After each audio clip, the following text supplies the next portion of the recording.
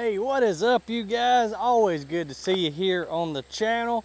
We have got a beautiful Sunday afternoon here. Although it is hot as all get out, we're late July, and today in this video I'm going to show you guys how to do some really easy propagation of some hydrangeas. A couple of you, one in particular, you know who you are. You always comment on my videos, and thank you so much for doing that. You were asking for some propagation videos.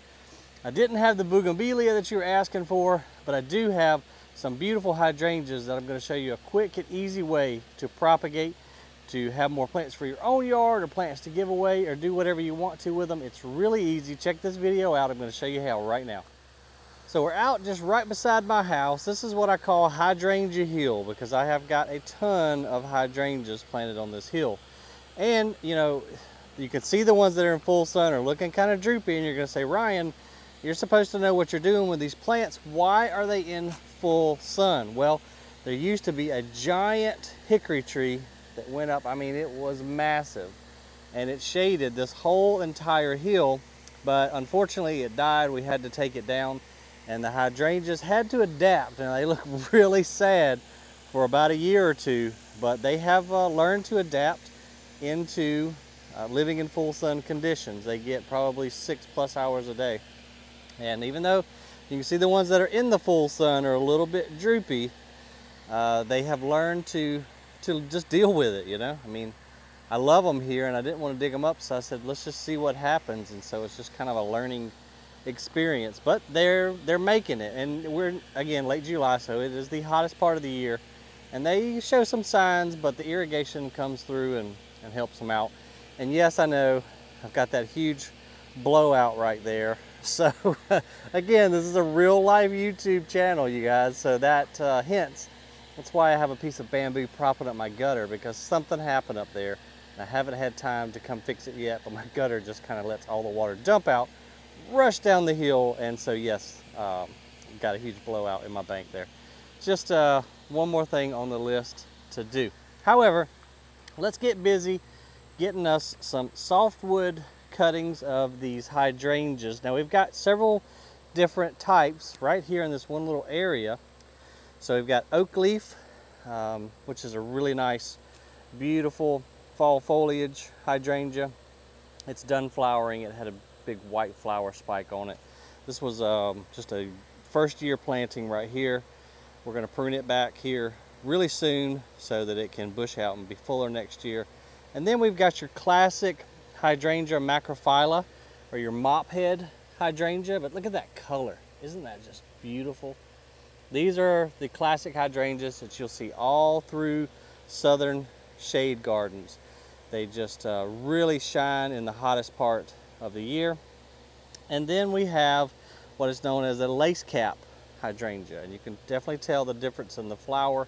This has a more flat type flower with little flowerets coming off the side of it. Both all beautiful in their own right, and I want to make more of them, especially that guy right there. I just love that color. It's just that light blue. I don't know the cultivar name, but I just absolutely love that color flower. So what we're going to do here, we're going to come take some softwood cuttings, and softwood, as the name implies, is this newer growth up here on the end of the stem. And then down lower, you know, up in the middle section of the plant, you would have what's semi-hardwood, and then down way down here closer to the base of the plant, you would have your hardwood. And different plants like to be propagated with different sections of the plant. Hydrangeas, in my experience, like to root more easily from softwood. So from the near, you know, the newest growing point of the plant, I've just had the best success from there.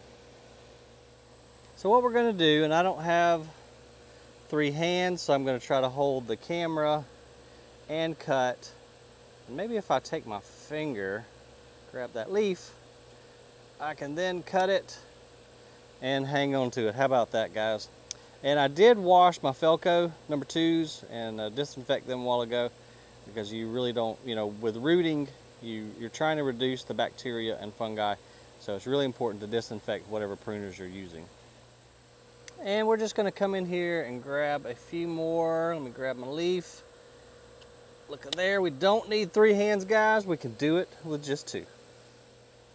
And I think maybe we'll just come in here and grab one more. This is a nice young new growth section down here. And I think that should be plenty. So let's go to the greenhouse and I'll show you guys how to make a cheap little miniature greenhouse.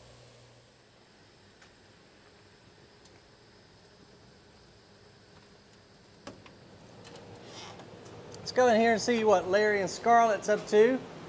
Hey, Miss Scarlett. How you doing today, girl? Not gonna talk per usual. And then Larry say hey to all your fans. Your fan base is growing, buddy. And speaking of fan base, guys, we just clicked 8,000 subscribers, and I just want to take a quick minute to tell you thank you so much. It just means the world to me. All your comments, all your support, and to have 8,000 subscribers, I never thought we would get there. That is absolutely amazing, and I appreciate each and every one of you. It's wonderful, so thank you. So here are our cuttings that we just took, you guys, and we want to do this kind of quickly because they're going to start to wilt very soon. So, you know, we just cut them away from the mother plant, so we don't want to dilly-dally too long or let them sit out here and dry out. But what we're going to do, it's very simple, it's very cheap. Had some milk that went bad, and it really went bad. So we're going to recycle this container right here. And all I'm going to do, I like these little fiskars, these little cut-all scissors. We're just going to come in maybe like right here, try to poke a hole in and not cut ourselves, because I don't really want to go to the emergency room ever, but especially not on a Sunday afternoon. We're just going to cut right across here. We're not going to cut the thing in 2, but I just want to get it flexible enough where we can kind of flip it back and have access to the inside. And this is going to give us our miniature cheap little greenhouse conditions. And maybe if I bend that back a little bit, it's not wanting to cooperate because of that handle, but I think that's enough room. We can get in there and do what we need to do. I wish I'd have cut it a little bit different, honestly. I tell you what, let's go ahead and cut it all the way through like that, and then the handle, we'll keep it. Yeah, that's what I'm looking for right there, baby. That's what we need. So now, when we get ready, we can just flip this back on there, tape it, and look, we have built a miniature greenhouse, and we recycled too. So this literally cost no money, and you're doing something good because you're repurposing this thing. So now what we're going to do is take our Happy Frog soil, and we're going to go ahead and fill up our little miniature cheap greenhouse.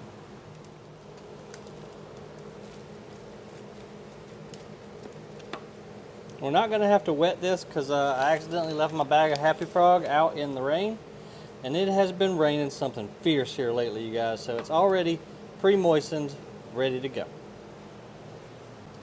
I think I'm actually going to use these fiskars to cut our hydrangea here, and I'll show you why in a minute. But I just went and washed them and disinfected them. Let's start up here at the top of this plant. And what I'm going to do is cut that very tip-top section off. We're going to come in and we're going to remove most of the leaves.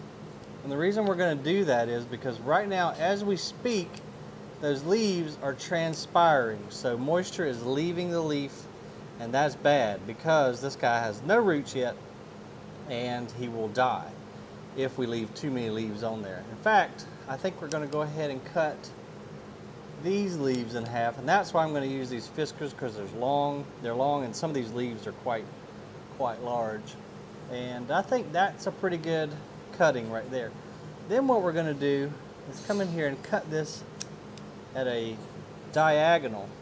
Reason being, let's see if I can get the camera to zoom in on that right there. If you see that white part right there, that ring, that is the cambium layer, and that's where the roots are going to come from. So the more of that white layer right, let me see if I can put my finger in here. That white layer right there, the more of that we can expose, the more surface we have for roots to try to develop. Then we're going to come in and we're going to use our rooting hormone. And you can get this anywhere like Walmart, your local gardening center, i.e. Grassroots Yard Center, because we have some good stuff down there too. But you can order this off Amazon, and I'll put a link to all the stuff that I'm using in the description below in case you want to try this. But it's very simple. We're just going to take this, we're going to dip him down in the rooting powder, knock him off, and as long as we've got that cambium layer good and coated with that powder, that's going to really increase our chances for rooting. This has all of the enzymes and acids and hormones that just really help produce roots. And so that's why we're using it. I like the powder. It's pretty easy. All you got to do is just stick it in there, knock it off, and this will last you a long time. And we're going to make sure we get all the leaf litter out, because what we don't want in here, and the reason that we sanitize this thing, I took and washed this milk jug out really well with some antibacterial soap. You know, with this humid conditions in here is going to be ideal growing conditions for bacteria and fungi, and we don't want that. So I rinsed it out really good, washed it with hot water and soap, and so anyway, make sure you clean it out. Especially if you're using a milk jug like I am, make sure you clean it out really well. But you can use any 2-liter bottle, just do it similar.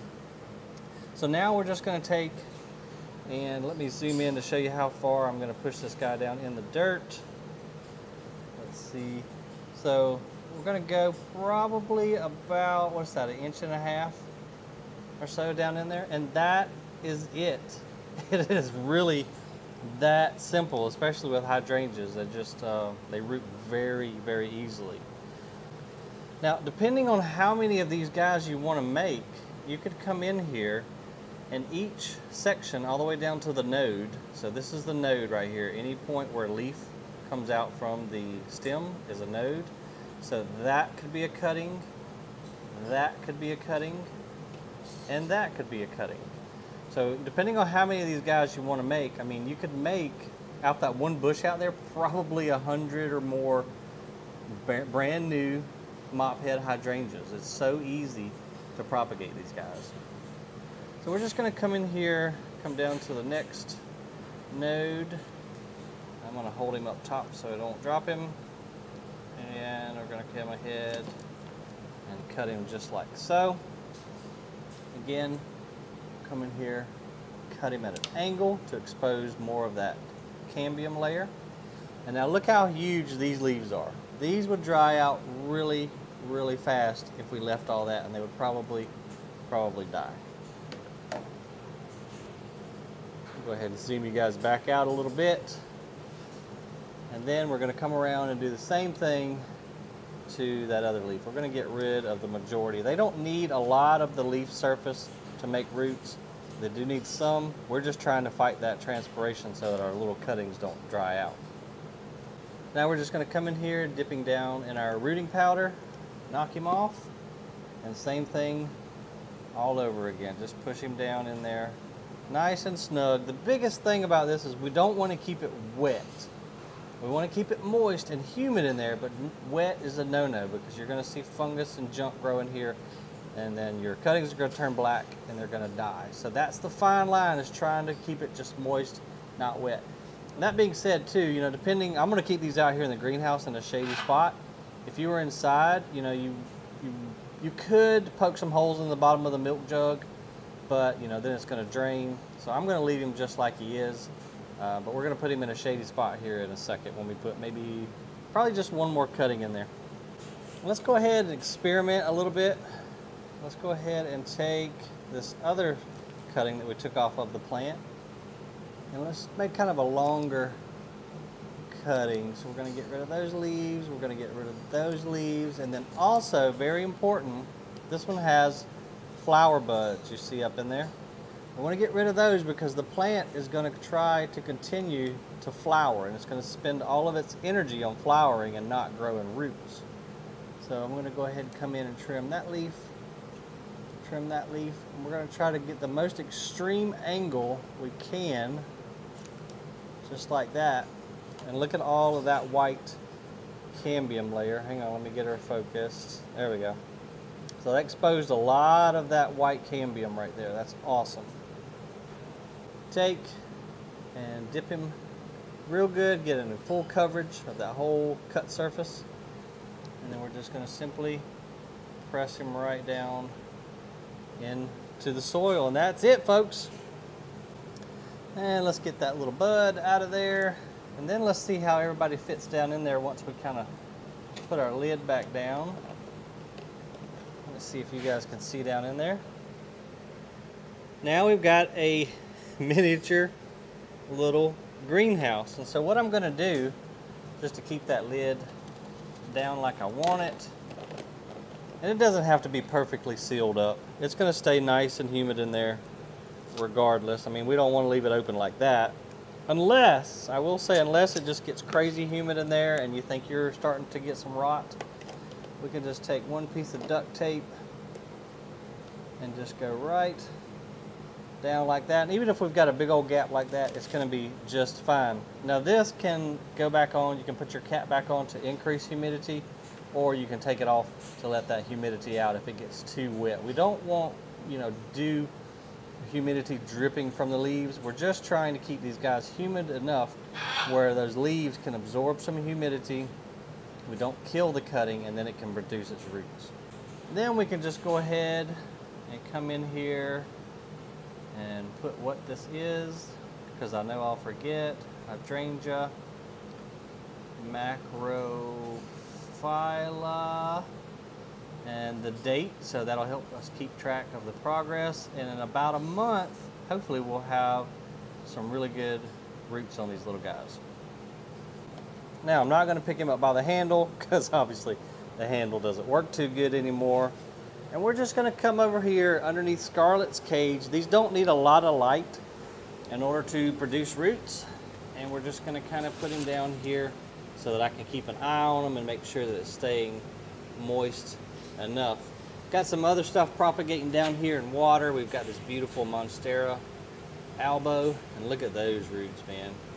But stuff stays pretty happy down here under, you know, in this shade, because the plants are super stressed right now. Whenever you cut it off, I mean, it has no way to support itself. It has to produce roots.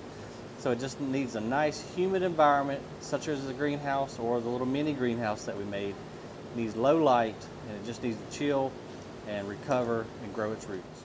And there you have it, folks. It is that easy to root hydrangea and a lot of other things. You know, sometimes some things are a little bit more difficult to root than others. You just kind of have to do a little research on the internet, but that's kind of a basic propagation technique and something really cheap and easy and fun that you can do. So I hope you guys enjoyed that. Leave me a comment down below. I appreciate you very much. And always remember, the more you know, the more you grow. Yeah, I hear you, Larry. We'll see you on the next video, guys. Thanks for watching.